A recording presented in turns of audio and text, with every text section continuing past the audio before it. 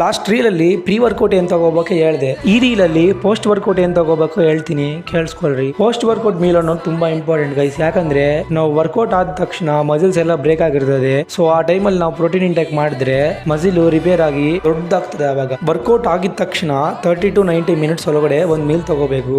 ಏನಂದ್ರೆ ಫಸ್ಟ್ ನಿಮ್ಮ ಹತ್ರ ಪ್ರೋಟೀನ್ ಪೌಡರ್ ಇದ್ರೆ ಪ್ರೋಟೀನ್ ಪೌಡರ್ ಒಂದ್ ಸ್ಕೂಪ್ ಹಾಕೊಂಡ್ ತಗೊಳ್ರಿ, ಬೆಸ್ಟ್.